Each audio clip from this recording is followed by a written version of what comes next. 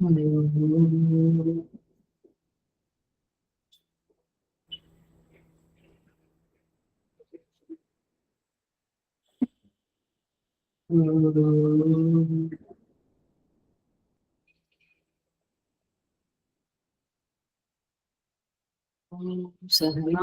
भवतु सहनो भुनक्तु सह वीर्यं करवावहै तेजस्विनावधीतमस्तु मा विद्विषावहै। ओम शांति शांति शांति।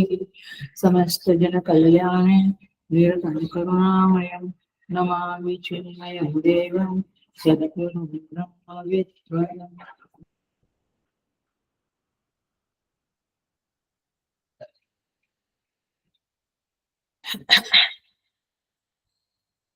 Okay.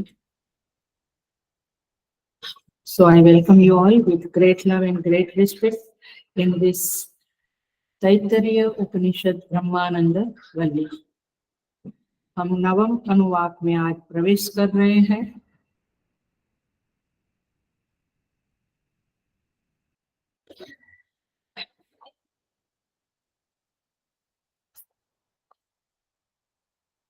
हम शांति में चैंट करेंगे।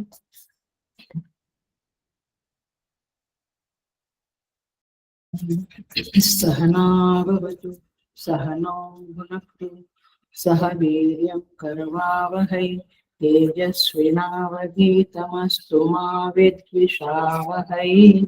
ओम शांति शांति शांति। ओम शन्नो मित्रशं वरुणः शन्नो भवत्वर्यमा शन्न इन्द्रो बृहस्पतिः शन्नो विष्णुरुक्रमः। नमो ब्रह्मणे नमस्ते वायु त्वमेव प्रत्यक्षं ब्रह्मासि त्वामेव प्रत्यक्षं ब्रह्म वदिष्यामि ऋतं वदिष्यामि सत्यं वदिष्यामि तन्मामवतु तद्वक्तारमवतु अवतु माम् अवतु वक्तारम्। ओम शांति शांति शांति। नवम अनुवाक। यतो वाचो निवर्तन्ते अप्राप्य मनसा सह आनन्दं ब्रह्मणो विद्वान् न बिभेति कुतश्च नेति एतदं हवाव न तपति किम् अहं साधूना कर्वम् किम् अहं पाकम् अकर्वम् इति स य एवं विद्वान् एते आत्मानं स्मृते उभे वै स एते आत्मानं स्मृते य एवं वेद इति उपनिषत्।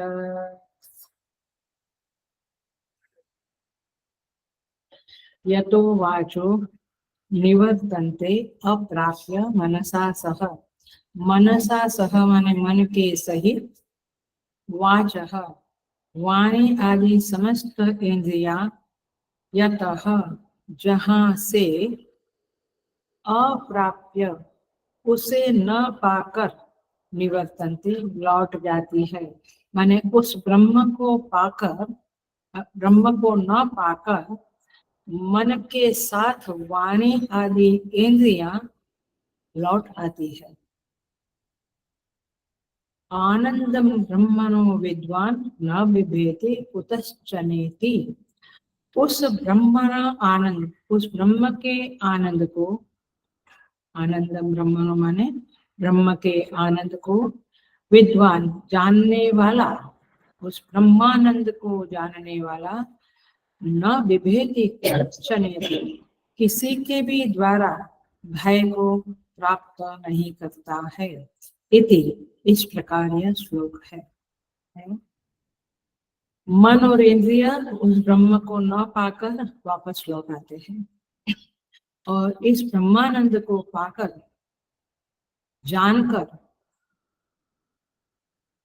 जो विद्वान है वह महापुरुष किसी से डरता नहीं है, भय नहीं करता है। इस प्रकार यह श्लोक है।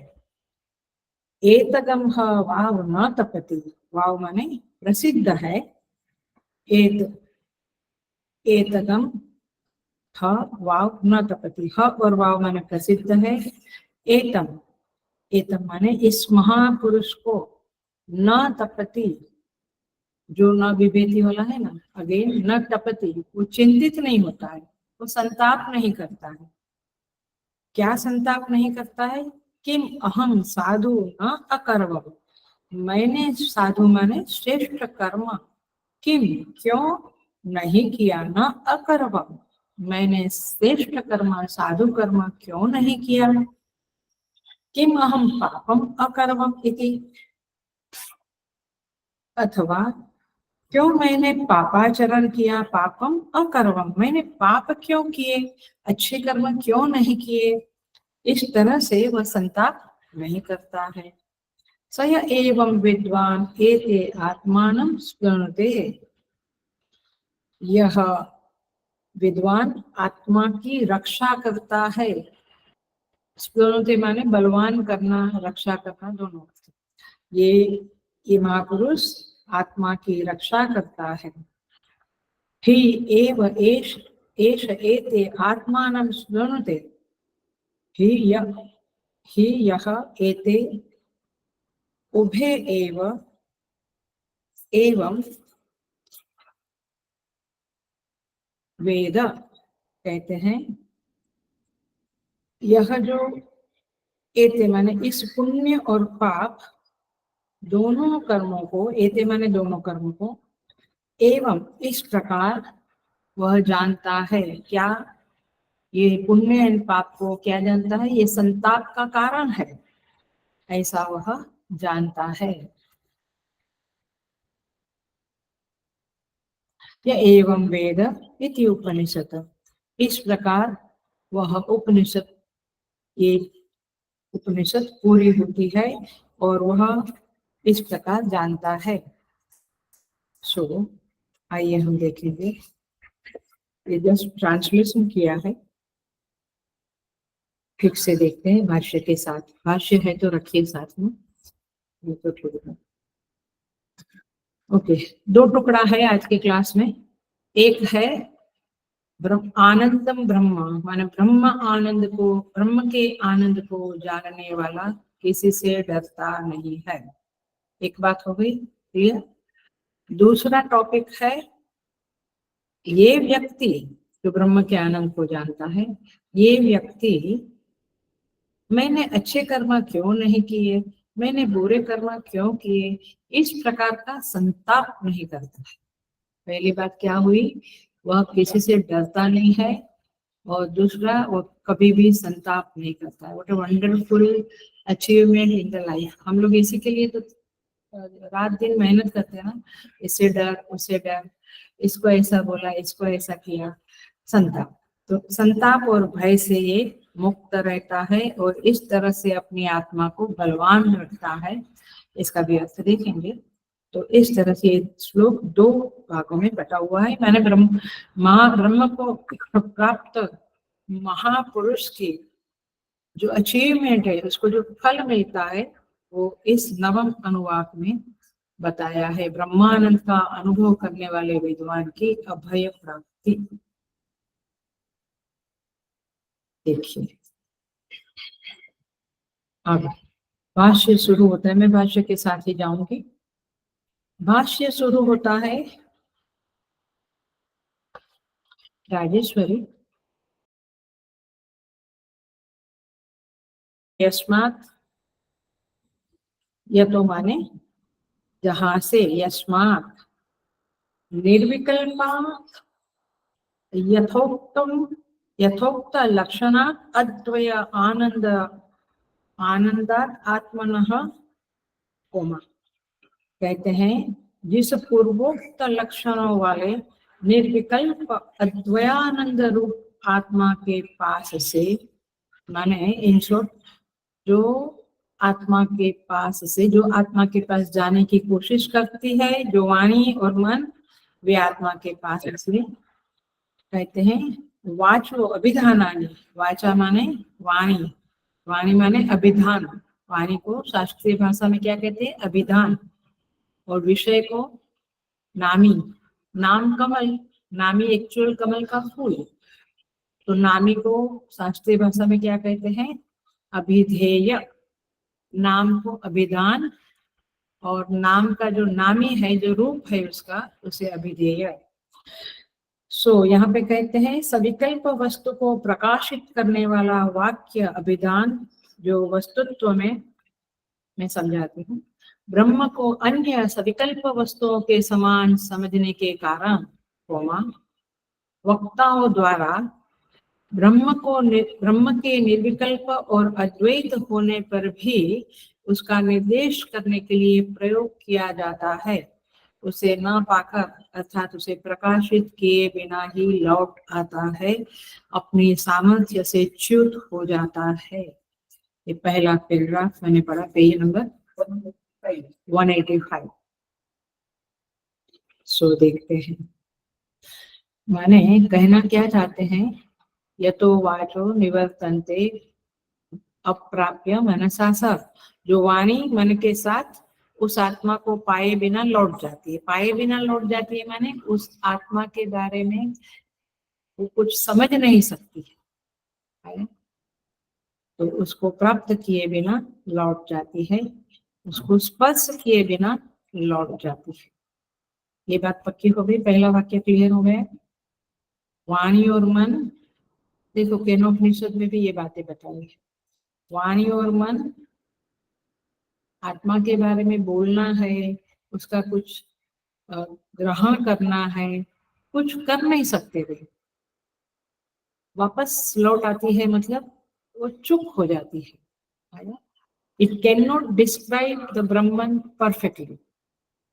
मन और वाणी दोनों वापस आते हैं। अब वह आत्मा कैसी है जिसके पास से ये वाणी वापस आती है? क्योंकि वाणी ने कहा पेड़ पत्ता, तो आप बोलेंगे कौन सा पेड़? अच्छा, पीपल का पेड़। तो वाणी बोलने लगेगी इसके ऐसे पत्ते हैं, ये है वो। बट ब्रह्म शब्द बोलने से कुछ नहीं समझता है। आप भी ब्रह्म शब्द बोलने से मन में क्या लाएंगे? मैक्सिमम कृष्ण की मूर्ति लाएंगे, बांसुरी और मोरपंख लाएंगे, क्या लाएंगे? और शास्त्र ने जो बताया है वो उसके लक्षण है, बट आप ब्रह्म को चित्त में ला नहीं सकते। ये ब्रह्म कैसा है, ये आत्मा कैसी है? निर्विकल्प। भाष्यकार कहते हैं निर्विकल्प यथोक्त, माने सत्यम ज्ञानम अनंतम ब्रह्म, ऐसी है ये आत्मा। सत्य स्वरूप है, ज्ञान स्वरूप है, अनंत है, और अद्वयानंद। अद्वयानंद माने प्रविभाग रहित, विभाग रहित, अद्वय, सेकंड कोई नहीं, वो अकेला। पूरी दुनिया में कुछ कोई अकेला नहीं है ना? वृक्ष है तो पहाड़ भी है, तो नदी भी। विभाग, so many things are there, नानात्व है, पर ब्रह्म कैसा है? अकेला, अद्वय। तो अद्वयानंद माने प्रविभाग रहित, आनंद आनंदिका प्रविभाग रहित, माने अद्वय आनंद। वह आनंद कैसा है? आनंद और आनंदी माने एक विषय है और उसका मुझे आनंद हुआ, पिज्जा खाया मुझे आनंद हुआ, तो आनंद आनंदी, विषय के साथ उसका विभाग नहीं है, ऐसा ये अद्वय ब्रह्म है, आत्मा है, ऐसा यहाँ पे कहते हैं। वाचो अभिधानानि, अब कहते कि वाणी, जिसे अभिधान भी बोलते हैं, वह वाणी द्रव्यादि सविकल्प वस्तु विषयानी, माने वह क्या करती है? अलग अलग वस्तुओं के नाम लेती है। ये वाणी जो है वो आखिर में क्या करती? खुद से क्रियाओं के नाम लेती, गया था, पदार्थों के नाम, माने नाम रूप, वस्तु संबंध, गुण रूप एटसेट्रा का वर्णन करती रहती है। तो ये जो वाणी है वह वस्तु को विषय नहीं करती, अंडरलाइन करने जैसी बात है। भगवान भाष्यकार कहते हैं अभिधानानि द्रव्यादि सविकल्प वस्तु विषयानि वस्तु सामान्यात् निर्विकल्पे अद्वये ब्रह्मणि प्रयोक्तुभिः, माने ये वाणी जो है वह नाम लेती रहती है, वस्तु को विषय नहीं करती है। मतलब ये हुआ कि ये जो वस्तु सामने घड़ी पड़ी है, अब घड़ी क्या है वो मेरे अंदर आती है, ये आती है। मुझे ऐसे आंख बंद किया तो आंख खुली रख के भी मैं घड़ी क्या है वो देख सकती हूँ। मैंने वो इसको कैसे बोलेंगे शास्त्रीय भाषा में, वस्तु को विषय किया, ऑब्जेक्टिफाई किया। सारे ऑब्जेक्ट्स है, उसमें से जो ऑब्जेक्ट मेरे मन में आया उसको क्या बोलेंगे, वो वृत्ति में आया, वृत्तिस्थ हुआ। आप हजार चीज देखते, फिर मैं कहती हूँ कि अम्मा आपने वो बांसुरी देखी, अरे वो तो नहीं देखी। इसका मतलब क्या हुआ, बांसुरी आपकी वृत्ति में नहीं आई, वृत्तिस्थ नहीं बनी, और बांसुरी आपके मन में ऑब्जेक्टिफाई विषय नहीं बना। आपके मन में गणपति कृष्ण जी सब विषय बने, बट बांसुरी विषय नहीं बना। Are you getting now? Objective fact समझ में आता है, वो विषय के रूप में अंदर आई, बट आया ख्याल में, वस्तुएं विषय के रूप में आती, बट वाणी जो है वो वस्तु को विषय नहीं करती। कौन करता है, मन करता है। Are you getting? Two faculties are there with you, एक एक वाणी है आपके पास है, और एक मन है। अब वाणी का काम क्या है, नाम लेना, और अ, मन का काम क्या है, वस्तु को विषय विषयी करना, અને विषय को ग्रहण करना। आ रहा है ख्याल में? सो डिफिकल्ट है ना थोड़ा, गीता से। सो तो वाणी नाम के अलावा कुछ नहीं करती, वो वस्तु को विषय नहीं करती है।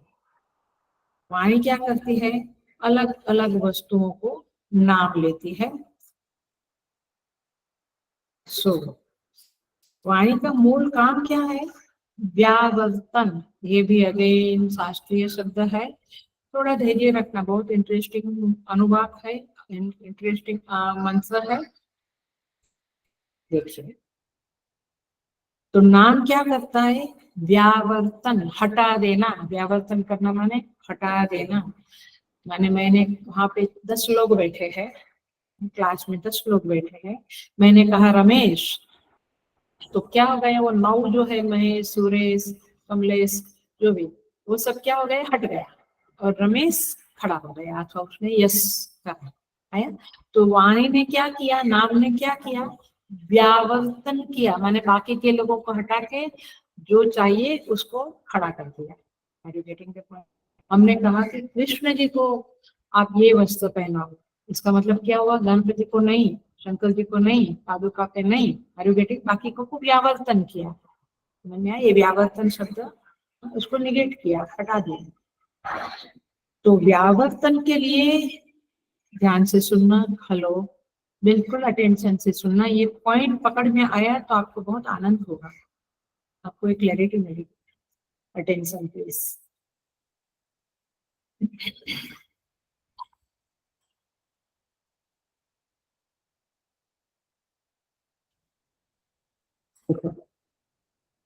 व्यावर्तन के लिए एक वस्तु को दूसरी वस्तु से विशेष होना पड़ेगा, और वहां पे दो अथवा अनेक होना पड़ेगा। जब दो है तो आप कहेंगे कि ये ब्राउन चेयर नहीं चाहिए, ये व्हाइट चेयर लेके आओ, मतलब क्या, ब्राउन चेयर को आपने निगेट किया है। या अनेक चेयर पड़ी है, अलग अलग रंग की, लाल है, व्हाइट है, क्रीम है, तो मैं क्या कहूंगी, क्रीम चेयर लेके आओगे, तो बाकी सारी चेयर व्यावर्तन हुआ, आर यू गेटिंग? बट चूंकि वहां पे बहुत सारी चेयर है, कम से कम 2 चेयर है, तब ये व्यावर्तन की क्रिया हुई, राइट। लेकिन यदि विकल्प नहीं है, विकल्प माने सेपरेट, माने विशेष नहीं है, एक वस्तु से दूसरी वस्तु विशेष होनी है, माने भेद होना है। क्या विशेष हुआ, ये व्हाइट चेयर है, वो लाल चेयर है, विशेष हुआ। ये क्रीम चेयर है, वो ब्राउन चेयर है, विशेष हुआ। विशेष माने भेद, अलग हुआ। तो जब तक ये विशेष होता है, विकल्प होता है, तब तक क्या है, व्यावर्तन हो सकता है। यदि, हेलो, एक ही वस्तु है तो फिर व्यावर्तन होगा, तो फिर क्या बोलेंगे, वो तो है, जरा लेके आओ, चेयर लेके आओ, बट अभी मुझे ये डिस्क्राइब नहीं करना है कि व्हाइट लाओ, क्रीम लाओ, लाल, एक ही है, चेयर लेके आओ, खत्म हो गई बात। ये पॉइंट समझ में आ रहा है? बिल्कुल अटेंशन देना। ये एग्जाम्पल दे रही हूँ, लौकिक एग्जाम्पल दे रही हूँ, आप देखें। तो विशेष के साथ वो सविकल्प है, तो ये व्यावर्तन हो सकता है, लेकिन बिना हेलो अटेंशन, बिना सविकल्प हुए, बिना विशेष हुए व्यावर्तन का कोई आधार नहीं बन पाएगा। आया? माने व्यावर्तन नहीं हो पाएगा, क्योंकि व्यावर्तन के लिए दो वस्तु में भेद चाहिए, विशेष चाहिए। तो सारे द्रव्य जो जगत में है ये सविकल्प है और विशेष है, एक दूसरे में भेद है। पत्ते पत्ते में भेद है, एक ही वृक्ष के दो पत्ते में भी भेद है, कोई पत्ता पत्ता सिमिलर नहीं है। Is that right?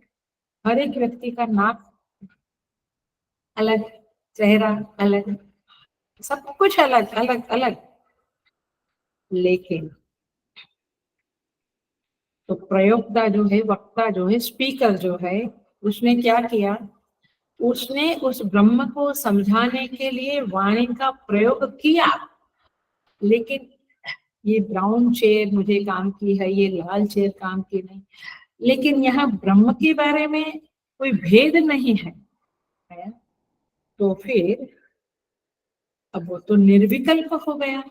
विकल्प नहीं है ब्रह्म, ब्रह्म जैसा दूसरा कुछ इस दुनिया में नहीं है। ब्रह्म एक अद्वैत है, अद्वय है, तो निर्विकल्प है। तो इसे वाणी से कैसे प्रकाशित होगा? Now are you getting?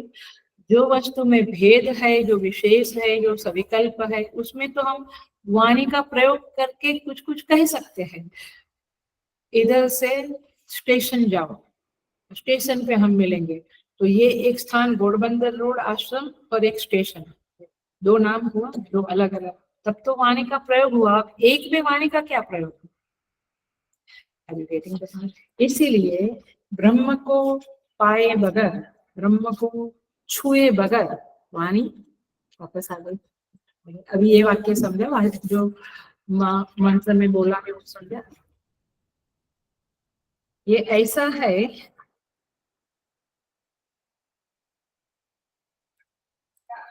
ये ऐसा है, एग्जाम्पल देते हैं आचार्य लोग। जैसे सीता जी के स्वयंवर में सारे राजा धनुष को उठाने गए, राइट, लेकिन लौटकर वापस आ गए। इसका मतलब क्या हुआ? धनुष को उठा नहीं पाए। इसी तरह से वाणी ब्रह्म के पास गई, बट और मन भी गया, बट उसको उठा नहीं पाई, उसको समझ नहीं पाई। पॉइंट इज दिस, उसको उसके बारे में एग्जैक्टली हमें बता नहीं पाए। वाणी एग्जैक्टली ब्रह्म के बारे में बता नहीं पाएगी। तो वाणी कहाँ गई? निर्विकल्पे अद्वये ब्रह्मणि चली तो गई, बट अप्राप्य। अप्राप्य माने अप्रकाश्य। आपको लिखना है तो भाष्य में लिख लो, अप्रकाश्य। उसको प्रकाशित नहीं कर पाई। प्रकाशित नहीं कर पाई माने, मैंने बोला कमल, तो कमल नाम बोला, तो आपके चित्त में क्या आया? राक्षस आया? क्या आया? कमल आया। मैंने कमल बोला तो कमल का फूल आपके मन में प्रकाशित हुआ, ऐसे ही मैं बोलूंगी। आया? तो कमल का फूल आपके मन में प्रकाशित हुआ। ऐसे मैंने ब्रह्म बोला तो क्या प्रकाशित हुआ? कुछ नहीं आया। तो ब्रह्म को प्रकाशित किए बगैर, क्योंकि वाणी वाणी का तो काम है नाम लेना, तो वाणी ने कमल बोला, खुद से बोला, तो ये सब चीजें आपके मन में प्रकाशित हुई, बट ब्रह्म बोला तो कुछ नहीं। तो वाणी स्पर्श न कर पाई, अब प्रकट रह गया। तो निवर्तनते, ये ऐसे ही ठन गोपाल की तरह वापस आ गए। तो सीता स्वयंवर में जैसे राजा धनुष तोड़ने गए, सारे स्वयं टूट कर बैठ गए। इसलिए गोस्वामी जी वहां लिखते हैं, श्री हत भये जोग उपहासी, जैसे बिन विराग सन्यासी। क्लासिक उपमा है, रामचरितमानस एक बार जिंदगी में अवश्य पढ़ना चाहिए या सुनना चाहिए। क्या कहते हैं? श्री हत भय रोग उपहासी। सारे राजा लोग का जो श्री था, माने जो सामर्थ्य था, जो तेज था, वो हत हो गया, माने खत्म हो गया। उपहासी, उपहास माने मजाक, मजाक, व्यंग्य हो गया। उपहास शब्द नहीं पड़ेगा, उपहास हो गया। कैसे लिखते गोस्वामी जी, जैसे बिन विराग सन्यासी, जैसे वैराग्य नहीं है और सन्यास ले लिया तो लोग उसकी मजाक करेंगे, अरे ये तो ऐसे कपड़े पहनता है, ये तो ऐसे होटल में खाने जाता है, ये तो ऐसे बिजनेस करता है। आपको वैराग्य नहीं और सन्यास लिया तो उपहास पात्र बनते हैं। और ऐसे राजा लोग भी उपहास पात्र बने। बट मूल पॉइंट क्या, ये तो सब एग्जाम्पल है, मूल बात क्या है, वाणी ब्रह्म को पाए बिना वापस आई, उपहास पात्र बन गई। मूल बात ये। तो पहली लाइन समझी मंत्र की, यतो वाचो निवर्तन्ते अप्राप्य मनसा सह, एक शब्द रह गया मनसा। ठीक समझ में आ रहा है थोड़ा बहुत? हाँ। अब मनसा का सेकंड पैराग्राफ है, पेज नंबर सेम है, मन इति प्रत्ययो विज्ञानम। पेज बदल गया क्या? 186 हो गया। मनसा सह, मन के सहित। मन शब्द प्रत्यय अर्थात विज्ञान का वाचक है। विज्ञान माने बुद्धि। विज्ञान शब्द का अर्थ आप चतुर्थ अनुवाक में देखना, भगवान भाष्यकार ने किया है, वेदार्थ विषया निश्चयात्मिका बुद्धि ही विज्ञानम। वेदार्थ के बारे में, वेद के विषय में निश्चयात्मक बुद्धि को विज्ञान कहते हैं। तो यहाँ पे मन को आप विज्ञान शब्द से भी, बुद्धि शब्द से भी समझ लेंगे। तो मन शब्द प्रत्यय अर्थात विज्ञान का वाचक है। वह माने मन, सुन लेना, जहां कहीं भी अतीन्द्रिय पदार्थों में भी शब्द की प्रवृत्ति होती है। आप वेदांत के रूटीन वर्षों जुने साधक नहीं है तो ये भाषा नहीं समझे, बट मैं समझा रही हूँ, नहीं तो एक सेकंड में समझ जाएगी तो आप आगे बढ़ जाएंगे। क्या कहते हैं, अतीन्द्रिय पदार्थ में भी शब्द की प्रवृत्ति होती है। शब्द कहते हैं स्वर्ग। आपके इंद्रियों को कुछ मालूम पड़ता है, जैसे घड़ी मालूम पड़ी, पुष्प मालूम पड़ा, चेयर मालूम पड़ी, ऐसे स्वर्ग बोलने से कुछ इंद्रियों को पता चला नहीं, तो इसको क्या कहेंगे, अतीन्द्रिय पदार्थ। अतीन्द्रिय पदार्थ। तो अतीन्द्रिय पदार्थ में शब्द की प्रवृत्ति होती है। स्वर्ग, नरक, भूर भुव सुवह, सब लोक है, 14 लोक है, ये वाणी तो बोल देती है।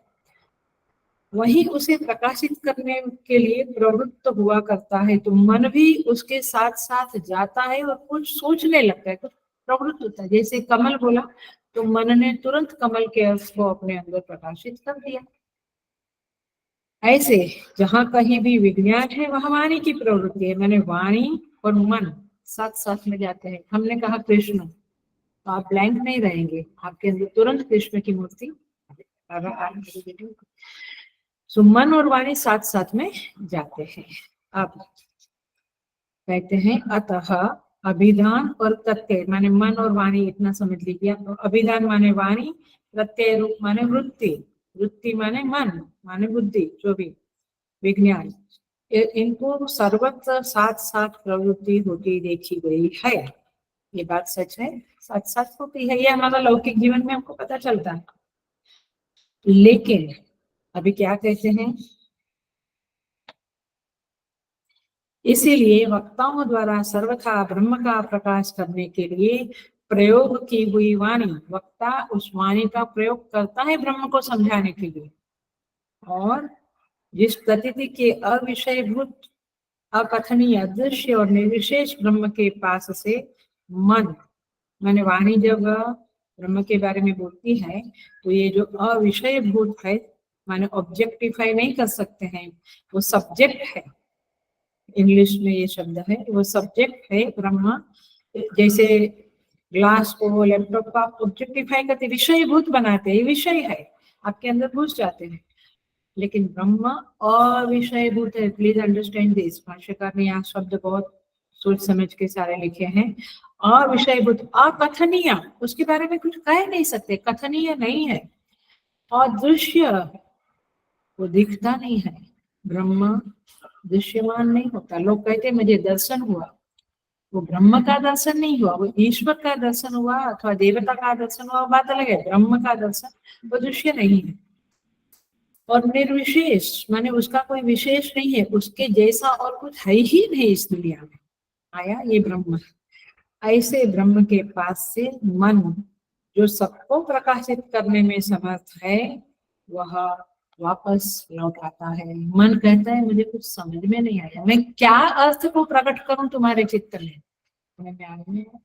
तो इसलिए ये मन और वाणी दोनों वापस लौट आते हैं और उस ब्रह्म के आनंद को श्रोत्रिय निष्पाप अकामतः और सब प्रकार की ऐषणाओं से मुक्त साधक के आत्मभूत, माने यह ब्रह्म कैसा है, साधक का आत्मभूत है। कौन से साधक का? जो निष्पाप है, अकामहत है, जिसको कोई कामनाएं नहीं है, और सब ऐषणाओं से मुक्त है। ऐसे साधक के आत्मभूत विषय विषय संबंध से रहित ब्रह्म कैसा है? विषयभूत नहीं है। इसलिए विषय विषय संबंध से रहित स्वाभाविक नित्य और अविभक्त ऐसे ब्रह्म के उत्कृष्ट आनंद को पूर्वोक्त विधि से जानने वाला पुरुष कोई भय का निमित्त न रहने के कारण किसी से भयभीत नहीं होता है। मैंने अब कहते हैं कि ये वाणी और मन लौट आते हैं और ये जो साधक है, जो निष्पाप है, वह उस आत्मभूत ब्रह्म को प्राप्त कर लेते हैं, उसके आनंद को प्राप्त कर लेता है, ब्रह्म को जान लेता है, उसके भय का कोई निमित्त नहीं रहता, वो कभी किसी से भयभीत नहीं होता। मैंने एक तरफ क्या कहा, मन और वाणी वापस आता है, तो फिर मैं कैसे समझू ब्रह्म को? ये तो गुरु कृपा, शास्त्र कृपा, ईश्वर कृपा और आत्म कृपा से ही जाना जाने वाली चीज है। इसको कैसे समझना है? मनन चिंतन निधिध्यासन करके, माने श्रवण मनन निधिध्यासन से समझने वाली यह चीज है, यह ब्रह्म है। बट जब वो ब्रह्म को जान लेता है तो वह भयभीत कभी भी किसी से भी नहीं होता है। तो ये फल मिला।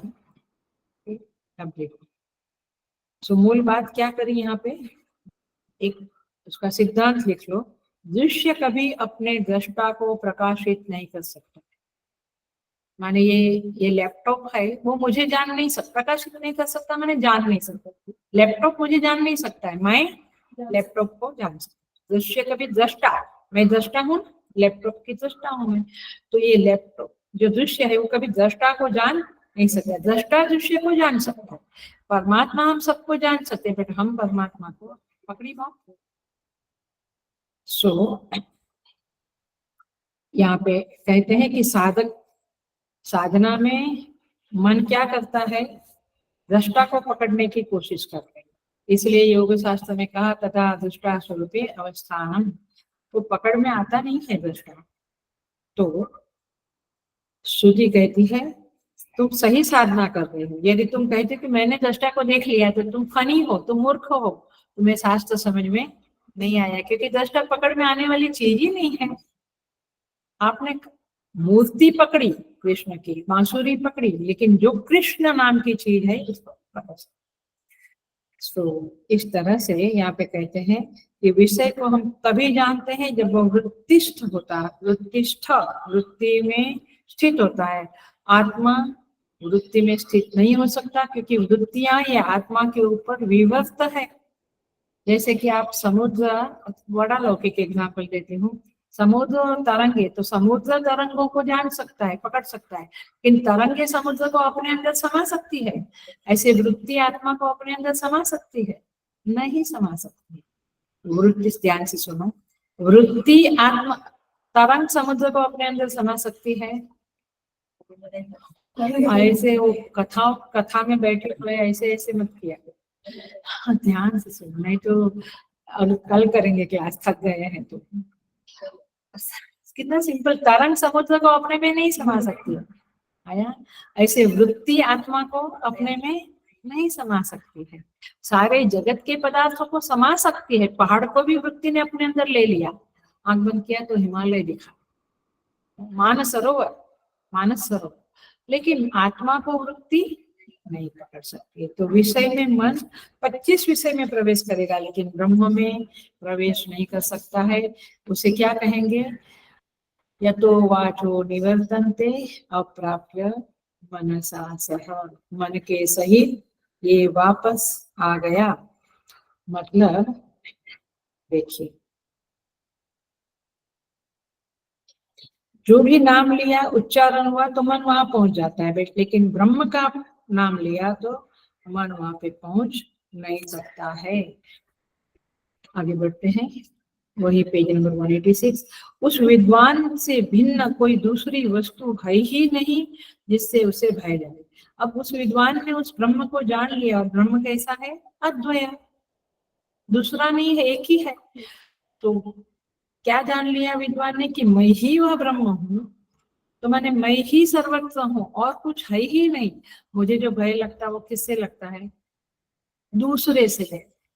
चाहे पत्थर हो वो भी दूसरा है, आदमी हो वो भी दूसरा है। यहाँ नदी आ गई, पानी बहुत बढ़ गया, अभी बारिश में आई, भगवान कैसे जाएंगे? तो भय दूसरे से है। बट ये विद्वान है, वो जान रहा है कि मैं ही ब्रह्म हूँ, अहम ब्रह्मास्मि, और ब्रह्म तो अद्वय है, एक ही है। तो भय किससे लगेगा? Are you getting the point?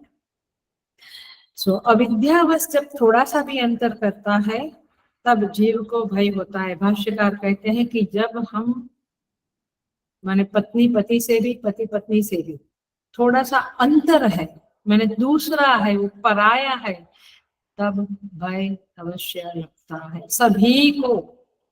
इस संसार में जो ज्ञानी नहीं है उन सभी को भय लगता है। अतः तिमिर रोगी के देखे हुए द्वितीय चंद्रमा के समान विद्वान के अविद्या के कार्यभूत भय के निमित्त का नाश हो जाने के कारण वह किसी से नहीं डरता। मतलब क्या हुआ? वो तिमिर रोगी माने कैटरेक्ट वाला पर्सन है, उसको 2 चंद्रमा दिखते हैं, लेकिन जब उसका कैटरेक्ट निकल गया तो उसको 1 चंद्रमा दिखा। ऐसे अविद्या के कारण बहुत नानात्व दिखता है, पराया पराया पराया दिखता है। वो आत्मज्ञानी को सब कुछ स्वयं ही दिखता है। मैं खुद ही सर्वत्र विराजमान, मैं खुद ही सर्वत्र विलसित हूँ। चिति शक्ति का ये विलास है, और चिति शक्ति में स्वयं हूँ। लेकिन जब अविद्या है, अज्ञान है, तो फिर हमें दूसरे चंद्रमा की तरह यहाँ नानात्व दिखता है। ये पहाड़ है, ये पत्थर है, ये आदमी बड़ा बेकार है, जरा दूर रहना, ये जगह बहुत खराब है, वहां नहीं जाना, भय भय भय। लेकिन जहाँ कुछ नहीं, नानात्व, वहां भय तकलीफ। तो अविद्या के कार्यभूत भय के निमित्त का नाश होता है, माने अविद्या ही नहीं रही तो अविद्या का जो कार्य है भय, वो नहीं रहा। तो ऐसा कहना ठीक ही है।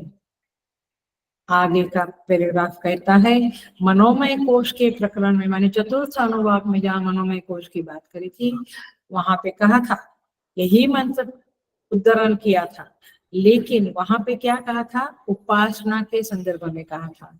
यहाँ पे इस नवम अनुवाक में ज्ञान के संदर्भ में बातें चल रही है।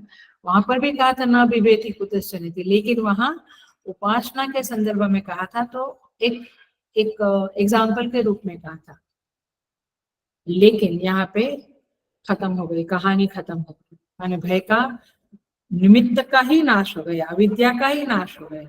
वहां पे तो अविद्या को दबा के रखा था। आया देखो, क्योंकि मन ब्रह्म विज्ञान का साधन है, उसमें ब्रह्मत्व का आरोप करके उसकी स्तुति के लिए वह कभी नहीं डरता। इस वाक्य से उसके भय मात्र का प्रतिषेध किया था। वहां पे निमित्त का, अविद्या का संदर्भ नहीं दिया था, केवल भय नहीं लगता। क्यों? क्योंकि वह, उसने मन में ब्रह्मत्व का आरोप किया है, जैसे शीला में विष्णु का आरोप है। उस तरह से अहम में, मन में ब्रह्म का आरोप किया था, इसलिए वहां पे डर नहीं लगता था। लेकिन यहाँ पे क्या है? अद्वैत प्रकरण है, और इसीलिए यहाँ पे नहीं डरने का मतलब है कि उसकी अविद्या का नाश हो गया है। तो अविद्या का कार्य जो भय है, वो उसको भयभीत नहीं कर सकता है। तो इस तरह से यहाँ पे भगवान भाष्यकार बहुत क्लैरिटी देते हैं कि चतुर्थ अनुवाक में जो कहा था वो उपासना के संदर्भ में था और केवल भय का प्रतिषेध किया था, लेकिन यहाँ पे निमित्त का ही नाश बता दिया है। तो देखिए अब प्रकरण आता है अलग, सेकंड टाइप का विषय आता है। पेज नंबर शंका एंड समाधान 187 पे आ जाइए।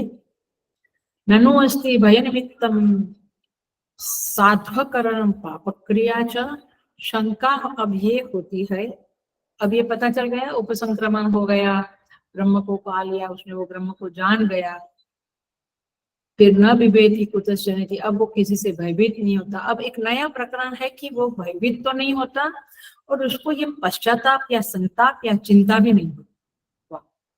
ग्रेट फल, बहुत बड़ा फल है। हम जो छोटी मोटी उपासना पूजा पाठ दान धर्म जप मेडिटेशन करके जो कर रहे हैं वो चौथे अनुवाक वाला है, उपासना से थोड़ा थोड़ा उसको शांत करते हैं भय को। लेकिन यहाँ पे क्या करा, आपकी अविद्या नष्ट हो गई तो आपका भय सदा के लिए खत्म हो गया। अब ये कहते हैं किंतु शुभ कर्म का न करना और पाप कर्म का करना ये तो भय का कारण है ना। तो बोलते हैं कि उनको भय नहीं लगता है विद्वानों को, लेकिन एक बात है कि शुभ कर्म नहीं किया मैंने और पाप कर्म किया तो मुझे डर तो लगता है। तो क्या उन लोगों को ऐसा डर नहीं लगता है? क्या उनके हाथ से कभी शुभ कर्म नहीं हुआ, पाप कर्म हुआ, ऐसा नहीं होता होगा? आया?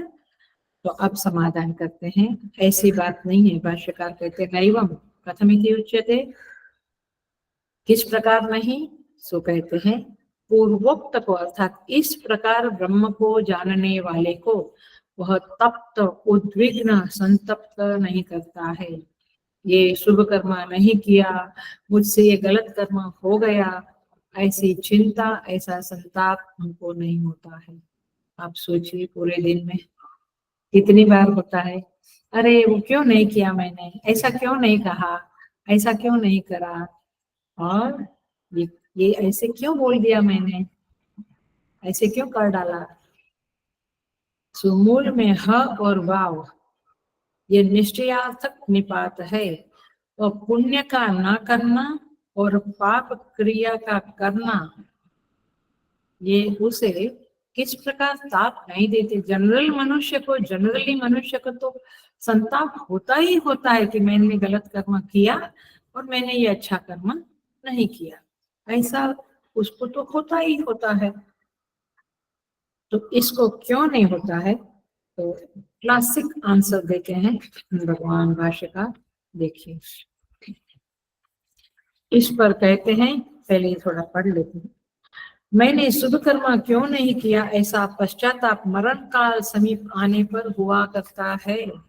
मरण काल माने बुढ़ापा आ गया तो ऐसा लगता है मैंने सेवा क्यों नहीं किया, मैंने बचपन से बाल विहार के क्लास क्यों नहीं किए, मैंने शास्त्र का जो सत्संग है ये कोरोना के समय से ही क्यों शुरू किया, पहले क्यों नहीं किया। ऐसा बहुत कुछ होता है। तो बहुत बार ये कहते हैं अरे मेरी सोसाइटी में ही ये क्लास चलता था, मुझे पता ही नहीं चला 10 साल, मेरे 5 मिनट के अंतर पे चिन्मय मिशन का सेंटर था, मुझे कितने साल तक पता ही नहीं चला। तो संताप होता है ना। तो मैंने पाप यानी प्रतिषिद्ध कर्म क्यों किया, इस तरह से दुख और नरकपात आदि का भय होता है इंसान को। तो ये पुण्य का ना करना और पाप का करना इस विद्वान को संतप्त क्यों नहीं करता है? व्हाट इज द रीजन कि ये विद्वान को ये चीजें संताप नहीं करती? ऐसा नहीं कि उनके जीवन में वे जो बोलते हैं सब सही बोलते हैं, फिर उन्होंने कुछ नहीं, उनके मन में भी आता है बट वो प्रतीति के रूप में आता है। देखेंगे आगे। तो जैसे अविद्वान को संताप होता वैसे उनको नहीं होता है। देखिए भाष्यकार जो कहते हैं उसके ऊपर आचार्य व्यंग्य करते हैं कि माने उसके ऊपर उसको समझाने के लिए एक व्यंग बताते हैं आचार्य लोग। द्वितीय न धनम अर्जितम, प्रथमे न अर्जिता विद्या। प्रथम माने बालक था तभी विद्या नहीं प्राप्त की, द्वितीय माने जवानी में धन प्राप्त नहीं किया, तृतीय न अर्जितम धर्मम, और तृतीय जो वानप्रस्थ अवस्था है वहां पे धर्म करना चाहिए, वो भी मैंने नहीं किया। चतुर्थे किम करिष्यसि, अब तू एंड में क्या करेगा। सो ये व्यंग्य है। सो तात्पर्य ये है, अब पछतावे हो तो क्या, जब चिड़िया चुग गई खेत। का वर्षा जब कृषि सुखानी, जब कृषि सूख गई तो बारिश का क्या मतलब हुआ। तो इस तरह से जो अवांछित फल आने लगता है जीवन में, रोग, दरिद्रता, अपयश, तब ये सारी चीजें मन में आती है। तो एक, हेलो ध्यान से सुनना, एक अप्राप्त को लेकर वृत्ति बनती है चिंता की, संताप की, और एक प्राप्त फल को लेकर चिंता की, संताप की वृत्ति। प्राप्त फल माने यश, अपयश, रोग इत्यादि आया तो प्राप्त वृत्ति बन, माने एक प्राप्त फल को पाकर वृत्ति बनी, और एक अप्राप्त फल, अरे मैंने उस समय में ये किया होता, तो अप्राप्त फल को लेकर वृत्ति बनी। ये वृत्तियां सबके अंदर बनती रहती है। एक अवांछित प्राप्त फल है और एक वांछित अप्राप्त फल है। भाषा को थोड़ा समझना, ध्यान रखेंगे तो समझेगा। तो आदमी को पीड़ा होती रहती है और वो पश्चाताप करता रहता है। अब भगवान भाष्यकार क्या कहते हैं देखते हैं, फिर मैं बताता हूँ। विद्वान को क्यों संतप्त नहीं करती है, सो बतलाया, पाप पुण्य ताप के हेतु है। ये बात तो पक्की है, पाप पुण्य ताप के हेतु है। इस प्रकार जानने वाला जो विद्वान आत्मा को प्रसन्न अथवा सबल करता है, क्या मतलब हुआ, आत्मा को प्रसन्न और सबल करता है माने, देखते हैं, इन दोनों को परमात्मा भाव से देखता है। आत्मा को सबल किया, प्रसन्न किया माने क्या, ये सारी चीजों को, पाप पुण्य और सारे जगत के सभी पदार्थों को परमात्मा भाव से देखता है।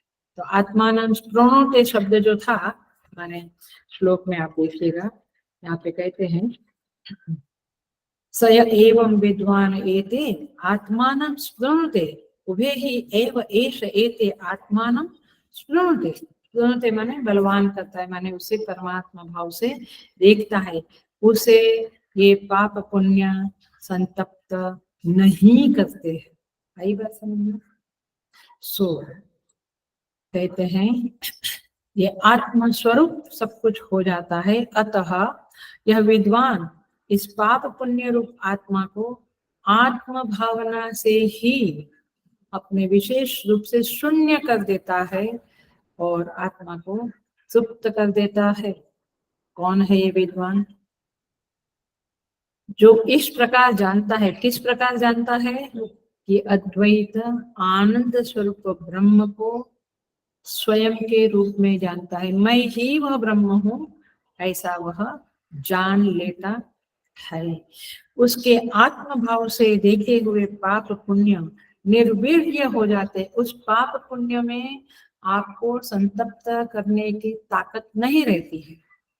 क्यों? क्योंकि वे आत्मरूप बन गए, और इसीलिए जन्मांतर के आरंभक भी नहीं होते। माने जनरली हमें दूसरा जन्म क्यों मिलता है, या तो पाप को भोगने को, या पुण्य को भोगने को, या दोनों को भोगने को।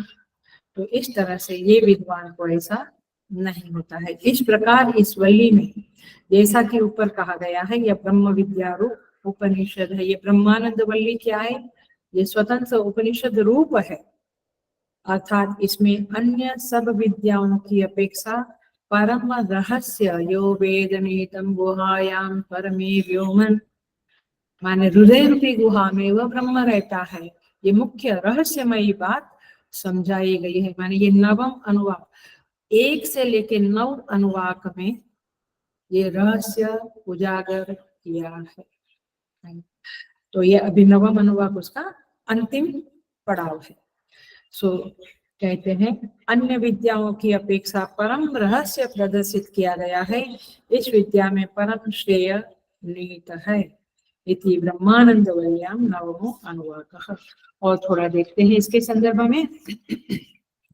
देखिए क्या कहा, मूल बात क्या करी, वो विद्वान को मैंने ये अच्छा कर्म क्यों नहीं किया, मैंने ये गलत कर्म क्यों किया, ऐसा उसके मन में कभी भी संताप नहीं होता है। निवृत्ति में आता है बट वृत्ति उसकी विवर्त है, निर्वीर्य है। और इसीलिए ये विद्वान को पाप पुण्य के संदर्भ में संताप, चिंता, दुख, पीड़ा नहीं होती है। वृत्ति आती है, प्लीज हेलो अंडरस्टैंड, क्योंकि ये जगत है, वो जगत में जी रहा है, लेकिन उसका अंतःकरण कैसा है, बाधित है। जो कोई, hello listen carefully, attention please, जो कोई कर्ता भाव में बैठा है, वन हु हैज अ डुअलशिप, कर्तृत्व भाव है, तो वृत्ति कैसी है आपकी, सच्ची है, तो वृत्ति आपको संताप देगी। लेकिन कोई अकर्ता भाव में बैठा है, डुअलशिप, एंजॉयशिप चली गई उसकी, भोक्ता भाव कर्ता भाव नहीं रहा, अब क्या भाव रहा, ब्रह्म भाव का। तो इसलिए कर्म का फल के साथ संबंध होता ही नहीं है। कर्म का फल कब मिलता है, कर्म का फल कब मिलता है, जब आप में कर्ता भाव है। If you feel I am the doer, तो उस कर्म का फल मिला। आप यदि परमात्मा, देखो कर्मयोग यही है कि आपने कह दिया परमात्मा ने मुझे निमित्त बनाया, तो निमित्त भाव कर्मयोग है, तो भी थोड़ा फल मिलता है। लेकिन जब आपकी अविद्या नष्ट हो गई, आपने कहा कि मैं करता नहीं, मैं भोक्ता नहीं, करता भोक्ता, भोक्ता भाव खत्म हो गया, मतलब अंतःकरण से तादात्म्य खत्म हो गया, तादात्म्य कट गया। सूक्ष्म शरीर से स्थूल शरीर का तादात्म्य वैसे तो मृत्यु के समय में होता है, वो जीव सूक्ष्म शरीर और कारण शरीर को लेके जाता है, लेकिन जीते जी, इसको मुक्ति कहते हैं, जीते जी यदि आपने कारण शरीर और सूक्ष्म शरीर के साथ तादात्म्य भंग कर दिया है, तो फिर आपको क्या पुण्य पाप लगता नहीं है, फल का संबंध ही नहीं होता है। तो इसीलिए उसके चित्त में न कर्ता भाव है न भोक्ता भाव है, इसीलिए मेरे साथ ऐसा क्यों हुआ, मैंने ये क्यों नहीं किया इत्यादि उसके अंदर आता ही नहीं है। क्या कहते हैं, कहते हैं कर्तृत्व भोक्तृत्व भाव ही मनुष्य को ये संताप देता है, अन्यथा ये संताप नहीं होता है। इसीलिए वो स्वामी तुलसीदास जी महाराज कहते हैं, जन्म जन्म मुनि जतन कराए, अंतराम कही आवत न। बहुत जतन करके साधक लोग, मुनि लोग ये अपनी संपत्ति को, अपनी जो साधना है उसको संभाल के रखते हैं। सो तात्पर्य यह है कि दोनों वृत्तियों को ये विद्वान विवर्त देखता है, अंतःकरण को मिथ्या देखता है, बाधित देखता है। मिथ्या माने क्या, झूठा, बाधित माने क्या, हटा दिया, अंतःकरण नाम की चीज उसके साथ कनेक्टेड नहीं है, और स्वयं को अद्वितीय देखता है, तब उसके लिए पाप पुण्य नहीं रहता है। मैं क्लासिक एग्जाम्पल देकर थोड़ी सी और बात कर लेंगे इस मंत्र के बारे में, और आज पूरा कर लेते हैं। ध्यान से सुनना, एग्जाम्पल से आपको ज्यादा अच्छा समझ में आता है और आएगा। जैसे ज्ञानी पुरुष है, मैंने ज्ञानी मैंने आत्मज्ञानी की बात नहीं करती हूँ, रज्जु के ऊपर सर्प दिख रहा है, लेकिन जिसको समझ में आ गया उसको सर्प, वो बोला अरे सर्प नहीं है ये, तो उसको ज्ञान हो गया ना कि ये रज्जु है। तो ज्ञानी को सर्प भयभीत नहीं करता है। ऐसे जो अज्ञानी व्यक्ति है, जिसको ज्ञानी, उसको बोला अरे बाप रे सर्प है, सर्प, तो सर्प भयभीत करता है। तो पूछा जाए तो सर्प को रज्जु रूपे न पश्यति, तो क्या किया, सर्प का बाध कर दिया। जिसने रज्जु को जान लिया उसने सर्प का बाध किया, तो बाध किया तो क्या किया, बाध किया तो कुछ किया नहीं, उसने रज्जु को जान लिया, तो सर्प अपने आप हट गया, निकल गया दिमाग से, आया। तो इसलिए जो स्वविशेष रूप है सर्प का, उसको उसने शून्य कर दिया और रज्जु रूप से देख लिया। इसी तरह से हेलो, आत्मा रज्जु स्थानीय है। आत्मा को कहाँ रखा? रज्जु की जगह पर रखा। और जीव और वृत्तियां सर्प स्थानीय है। तो ये सर्प स्थानीय वृत्तियों में संताप आया, मैंने क्यों अच्छा काम नहीं किया, पाप क्यों किया, ये सब कुछ आया। उसका उसने क्या कर डाला है? ऑलरेडी सर्प का बाध कर दिया। वैसे ये वृत्तियों का बाध कर दिया है, अंतकरण का बाध, निगेशन कर डाला है उसने। और इसीलिए उसे वो तत्व बोध हो गया। जैसे रज्जु का बोध हुआ तो सर्प हट गया, वैसे तत्व बोध, आत्मबोध हुआ तो ये वृत्तियों के अंदर आने वाली चीजों का उसको क्या हो गया? कोई मतलब ही नहीं रहा। अब तुम कितना भी लेक्चर दो उस आदमी को जिसने रज्जु देखे, देखो हो ये सर्प है, जहरीला है, ये 10 फीट लंबा है, ये तो आपको जहर, उसका जहर बहुत जबरदस्त है, वो काट देगा। आप क्या करेंगे? हंसेंगे। ऐसे अज्ञानी लोग कहते ये मैंने नहीं किया, ये मैंने किया। ये सब बातों पे अज्ञानी हंसता है। वो बोलता है अरे वृत्ति जब बाधित है तो क्या सच होगा आगे। आपको पकड़ में आ रही है बातें?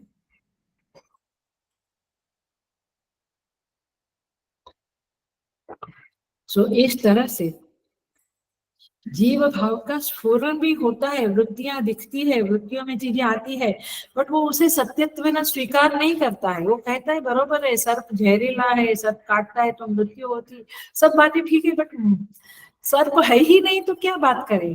तो वृत्तियां है ही नहीं, मेरे लिए सब कुछ ब्रह्म रूप है, आत्म रूप है। मन, अंतकरण कुछ है ही नहीं, तो है ही नहीं माने ये बाधित है। देखिए, नीलिमा प्रतीति का विषय बनने पर भी आपको आकाश में नीलापन दिखता है, यस, लेकिन आप कहते हैं आकाश नीला है। वास्तव में आकाश नीला नहीं है, आकाश तो कलरलेस है। लेकिन प्रतीति का विषय बनने पर भी उसको सत्यत्व नाम स्वीकार नहीं करते।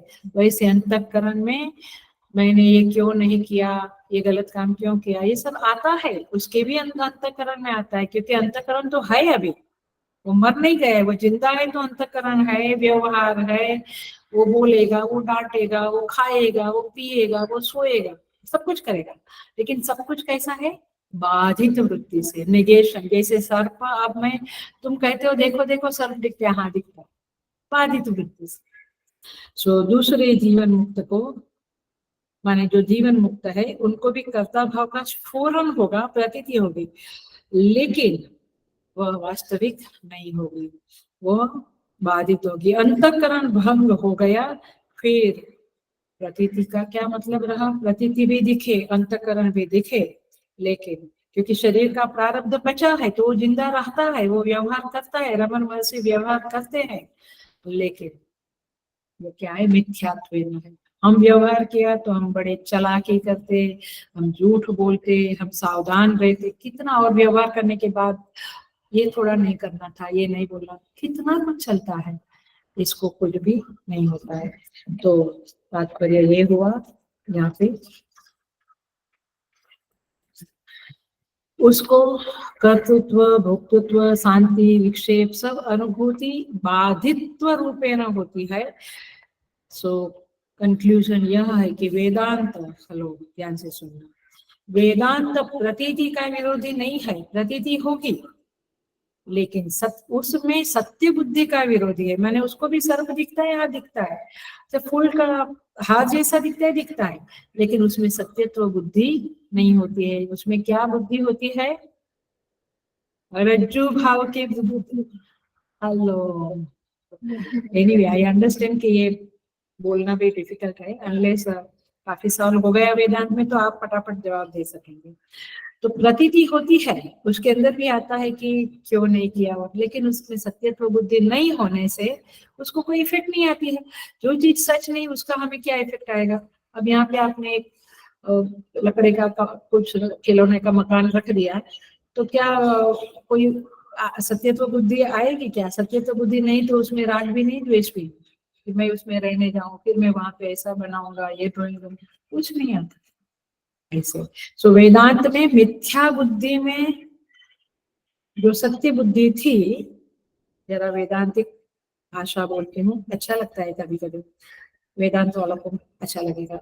वेदांत में मिथ्या बुद्धि में जो सत्य बुद्धि थी उसे मिथ्या निश्चित कर दिया।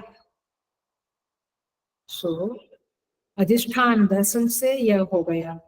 भावना तो उपासना वाली बात है, लेकिन यहाँ पे अविद्या का नाश हो गया और वृत्ति निर्वीर्य हो गई, मिथ्या हो गई, और मिथ्या वृत्ति किसी को तप्त नहीं कर सकती है और जन्म का आरंभक भी नहीं बन सकती है, माने आपको पुनर्जन्म नहीं मिलेगा। तो इस तरह से भगवान भाष्य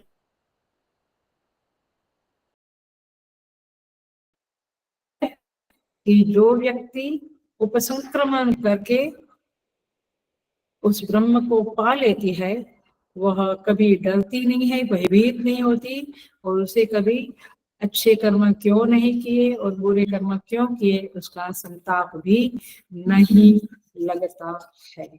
देखिए थोड़ा सा एक इस संदर्भ में हम बात कर लेते हैं, और मैं भी 5 मिनट ज्यादा लूंगी, बट ये अच्छी तरह से आप समझ जाएंगे।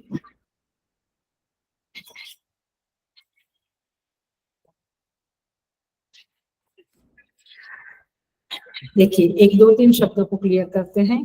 आनंदम ब्रह्म, ब्रह्मणो आनंद ये शब्द है। तो यहाँ पे ब्रह्म को आनंद स्वरूप बताया है। ध्यान से सुनना, समझ के सुनना। ब्रह्म को क्या कहा है? आनंद स्वरूप, अद्वय निर्विशेष ये सब कहा, बट आनंद स्वरूप कहा।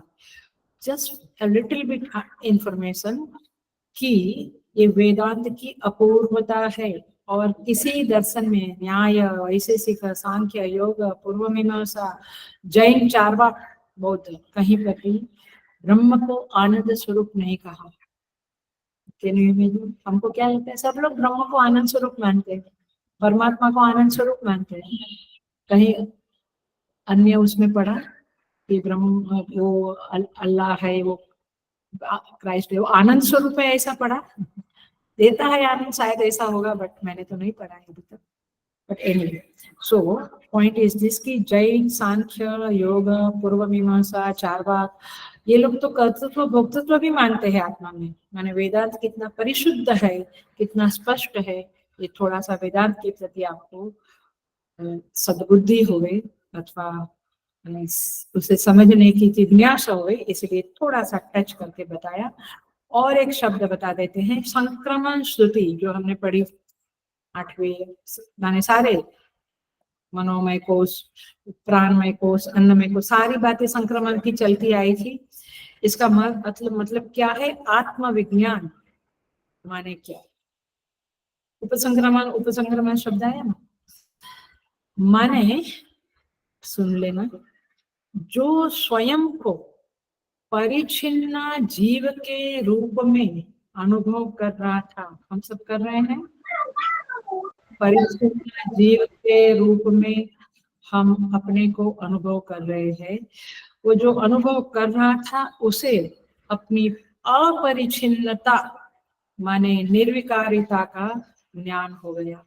माने I am changeless phenomena, I am all pervading, व्यापक, अपरिचित, मैं सीमित नहीं हूँ, इस बात का ज्ञान हो जाना, ये क्या है? उपसंक्रामति का अर्थ है। पकड़ा अभी एकदम। माने क्रिया रूप संक्रमण कुछ नहीं हुआ। ऐसा नहीं कि अन्नमय से प्राणमय में चल के गया, घोड़ा गाड़ी करके गया, बैलगाड़ी करके गया, या हेलीकॉप्टर लेके गया, ऐसा बातें नहीं है। क्रिया रूप संक्रमण नहीं है। कर्म से जो प्राप्ति होती है वो तो अनित्य होती है। हेलो, ये बात तो हम वेदांत वाले जानते हैं। सो नित्य प्राप्ति केवल और केवल ज्ञान से होती है। विदित्वा, इसलिए शब्द है, न तो कृत्वा, न तो उपास्य, न तो गृहीत्वा, केवल विदित्वा। इसलिए ज्ञाने नैवेतु केवलम सर्वम ज्ञान प्लवेनैव वृजिनम संतरिष्यति, गीता माता कहती है। तो इस तरह से ये जो हम अज्ञानी जीवों ने मन में जो व्याप्ति बनाई है, उस व्याप्ति का विरोध होता है। क्या व्याप्ति बनाई है? अरे केवल जान लिया तो थोड़ा कुछ होता है, उसके बाद करना पड़ता है। स्टिचिंग माने कपड़े सीने की या खाना बनाने की सारी विद्या को जान लिया, तो थोड़ा कुछ मिल जाएगा, खाना रेडी हो जाएगा, करना पड़ता है, बट ये लौकिक विद्या में करना पड़ता है।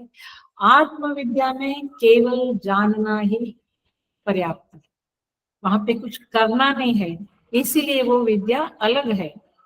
तो ये बात हमें समझना पड़ेगा। इसलिए संप्रदाय से, गुरुजनों से, आचार्य जनों से जब तक शास्त्र का और परंपरा से, जैसे हमारी शंकराचार्य परंपरा है, चिन्मयानी सन एक परंपरा से जुड़ा हुआ है, परंपरा से नहीं सुना, इधर उधर का गूगल और यूट्यूब इधर उधर का कभी कुछ सुन लेने से कुछ नहीं होता है। वेदांत तो शास्त्र से ही, मैंने वेदांत तो गुरु परंपरा से ही सुनना पड़ता है। थोड़ा और फाइनल क्लैरिटी कर लेते हैं, जिससे कि ये ब्रह्मानंद वल्ली का एक निचोड़ चल रहा है, ये अच्छी तरह से हमारे बुद्धि में इंजेक्ट हो जावे, इसलिए मैं वार्तिककार के 4, 5, 6, 7 श्लोकों को बोल के, भले 5 मिनट ज्यादा हुए बट मैं लूंगी, बट ये पूरा करूंगी आज ब्रह्मानंद वल्ली, और इसे संतोषकारक तरह से बुद्धि में इंजेक्ट करने की कोशिश करनी। देखिए, पुण्य कर्मों को न करना और पाप कर्मों को करना ब्रह्मवेत्ता के लिए भय का हेतु क्यों नहीं है? उसको क्यों भय नहीं लगता है? हम लोगों को क्यों मृत्यु के समय नजदीक आते आते इंसानों को भय लगने लगता है? तो कहते हैं वार्तिककार ने, वार्तिक लिखा है, उसके आधार पर बोल रही हूँ। अकर्तृत्व आत्मवेदिनम, ये उसका आंसर है। अकर्तृत्व आत्मवेदिनम माने आत्मा को अकर्ता रूप से जानने वाले उस विद्वान को मृत्यु के समय पुण्य आकरणम पाप करण संतप्त नहीं करते हैं। पकड़ी बात? क्या है रीजन, क्या है हेतु, क्या दिया, उसको क्यों संतप्त नहीं करते? अकर्तृत्व आत्मवेदिनम, वो जान लिया है कि मैं अकर्ता हूँ, इसलिए विद्वान को पुण्य न करने और पाप करने का भय नहीं लगता है। किम अहम साधु न अकर्वम अकर्वम इत्यादि का अर्थ करते हैं, मुझे धिक्कार है कि मैंने सारी जिंदगी कभी शुभ कर्म नहीं किया, पाप किया, और इसलिए मुझे भय प्राप्त हुआ। जो सामान्य इंसान है, अज्ञानी इंसान है, उनको भय प्राप्त होता रहता है। मृत्यु के समय हिचकियां आ रही है, इसके वश में पड़े हुए अविद्या से आवृत्त चित्त मनुष्यों को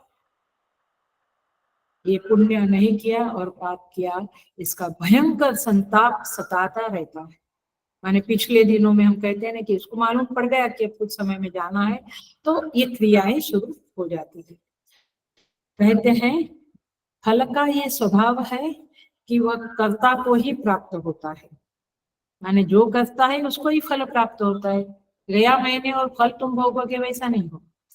तो ज्ञानी के द्वारा किए जाने वाले शुभाशुभ कर्म उसको संतप्त नहीं करते, क्योंकि वह अपने को अकर्ता समझ गया है। भाष्य में क्या देखा? परमात्मा भाव से सब कुछ, माने पाप पुण्य सब कुछ परमात्मा भाव हो गया है, ऐसा देखा हमने। अब थोड़ा सा दूसरे एंगल से देख रहे, ये एंगल भी समझ लेना अच्छा है। यहाँ पे कहते हैं उसका जो ज्ञान है वह उसके शुभाशुभ कर्मों को जला देता है। श्रीमद् भगवद गीता भी कहते हैं यथैधांसी समेतोग्नि भस्मसात् कुरुते अर्जुन, ज्ञानाग्नि सर्वकर्माणि भस्मसात् कुरुते, तथा ज्ञान रूपी अग्नि सारे कर्मों को भस्म कर देता है। इस विद्वान का ऐसा ही है। आप देखो, अब कहते हैं आत्मानम स्पृणोते, अब ये विद्वान जो है वो आत्मा को बलवान कर देता है। इसका अर्थ क्या हुआ? ये जरा सा पॉइंट रह गया था, इसको पूरा करें। मैं 11-20 तक शायद ले सकती हूँ। आत्मा बलवान होते हुए भी, हेलो अच्छे से सुनो, अटेंशन प्लीज। आत्मा बलवान होते हुए भी अविद्या के आश्रय के कारण दुर्बल एजिफ हो जाता है। एजिफ, वास्तव में नहीं, जैसे कि, एज इफ माने जैसे कि, अविद्या इस आत्मा के लिए राजक्षमा का रोग के समान, माने दमा, क्षय ऐसे रोग के समान है। आत्मा उससे कृश होता है, माने इंसान कृश हो जाता है ना, चिंता संताप से। अतः विद्या के द्वारा उस अविद्या का नाश हो जाने पर विद्वान स्वयं को बलवान महसूस करता है। आप देखो आत्मज्ञानी महात्माओं का फक्कड़पना, कैसे मस्त रहते हैं, बलवान, माने ऐसे शरीर से क्रुश होंगे लेकिन अंदर से बड़े बलवान होते हैं वो। और इसीलिए यहाँ पे कहते हैं आत्मानम शृणोतु, ये शब्द का ये अर्थ है, वे अपने आत्मा को बलयुक्त करते हैं, माने विद्या के द्वारा अविद्या का नाश करना, यही आत्मा को बलयुक्त करना, ऐसा श्रुति माता कहती है। देखिए, अविद्या और उसके कार्य का विद्या के द्वारा निराश हो गया, माने खंडन हो गया, खत्म हो गया।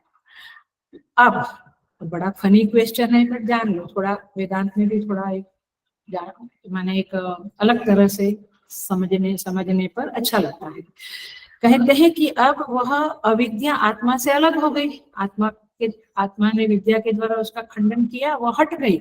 अब अलग होकर यहाँ पे कहते हैं कहाँ गई वो अज्ञान, कहाँ गया? जैसे पंचदशी वगैरह में और अन्य उपनिषद में कहते हैं कि जैसे आपने प्रकाश, सूर्य का प्रकाश हुआ तो अंधकार कहाँ गया, कहाँ गया? उसके ऊपर तो बहुत लंबे लंबे खंडन खाद्य और ऐसे ऐसे बड़े ग्रंथ है जहाँ पे ये बातें ब्रह्मसूत्र वगैरह में भी बताया गया है। जरा सा टच करते हैं।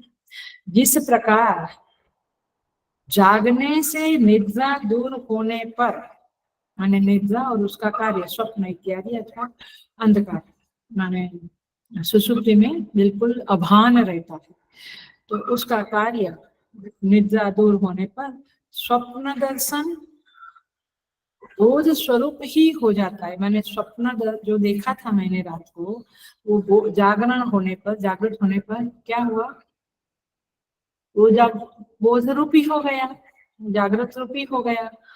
उसी प्रकार अविद्या और उसका कार्य भी दूर होकर अद्वितीय ज्ञान स्वरूप ही रह जाते हैं।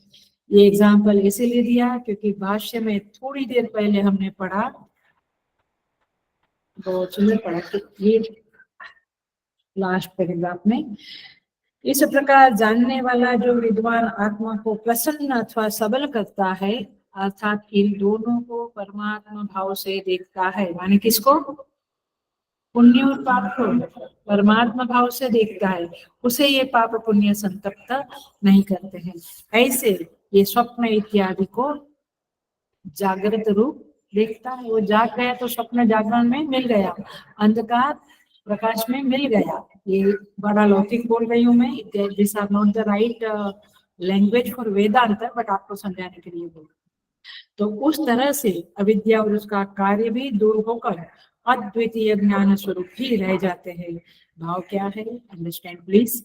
जब हम कहते हैं कि बोध से निद्रा दूर हो गई, तब निद्रा की सत्ता अलग नहीं रहती, बट बोध रूप, जागरण रूप हो जाती है। उस सुषुप्ति अवस्था अब जागृत रूप हो गई, उसमें मिल गई। उसी प्रकार जब हम कहते हैं कि विद्या से अविद्या दूर हो गई, तो अविद्या की अलग सत्ता नहीं रहती, किंतु वह विद्या रूप ही हो जाती है। मैंने आपको एक जरा सा क्या बोलते झांकी कराई, एक लहर का टेस्ट करवाया आपको। इसके संदर्भ में बहुत कुछ पढ़ना है, तो खंडन खाद्य ब्रह्मसूत्र ऐसे बड़े बड़े ग्रंथ है, भगवान करे तो हम कभी करेंगे। यहाँ पे कहते हैं कि इसी तरह से शुभाशुभ दोनों, सत्य अदृश्य आदि लक्षण आत्मा ही है।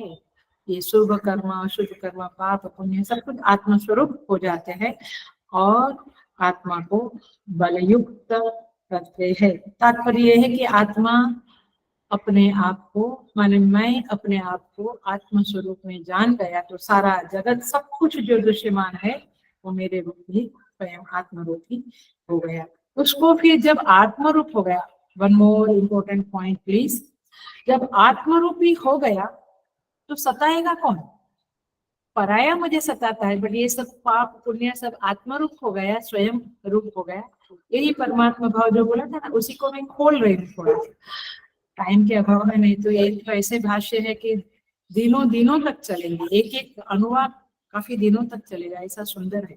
बट आई थिंक पकड़ा आपने, क्योंकि ये आत्मरूप हो गया तो सताएगा कैसे मुझे? स्वयं स्वयं को कोई सताता नहीं है। तो इसी तरह से यहाँ पे कहते हैं अविद्या का नाश हो जाने पर वह आत्मा को सबल करता है।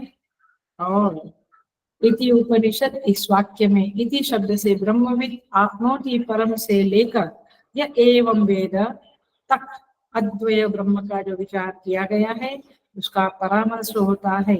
उस ब्रह्म की साक्षात बोध हेतु होने के कारण पूरी वल्ली उपनिषद कही गई है। शुरुआत हुई थी ना ब्रह्म वेद आत्मोति परम, और यहाँ क्या कहा? या एवं वेद।